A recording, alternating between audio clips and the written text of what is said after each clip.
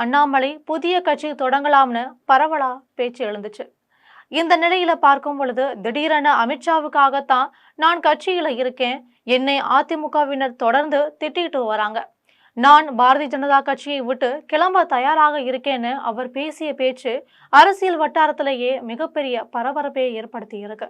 கோவையில அவர் செய்தியாளர்களை சந்தித்து பேசும் பொழுது தமிழகத்துல நகராட்சி நிர்வாகத்துறையில 888 கோடி ரூபாய் ஊழல் நடந்துள்ளதாக தமிழக டிஜிபிக்கு அமலாக்கத்துறை ஆதாரபூர்வமாக கடிதம் எழுதி அனுப்பியுள்ளது.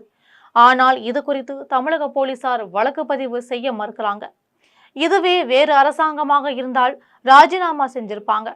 முதல்வர் ஸ்டாலின் தலையிட்டு எஃப்ஐஆர் நடவடிக்கை எடுக்க வேண்டும்.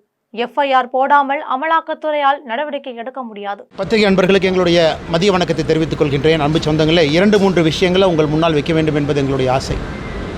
முதல்ல நம்முடைய இடி என்ஃபோர்ஸ்மெண்ட் டைரக்டரேட் அவர்கள் தமிழ்நாட்டினுடைய டிஜிபி அவர்களுக்கு அக்டோபர் 27ஆம் தேதி ஒரு கடிதம் எழுதியிருக்கிறாங்க.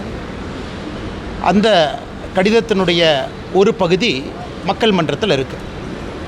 அந்த கடிதத்தோடு கிட்டத்தட்ட 232 பக்கம் அதற்கான ஆதாரங்களையும் அளிச்சிருக்கிறாங்க.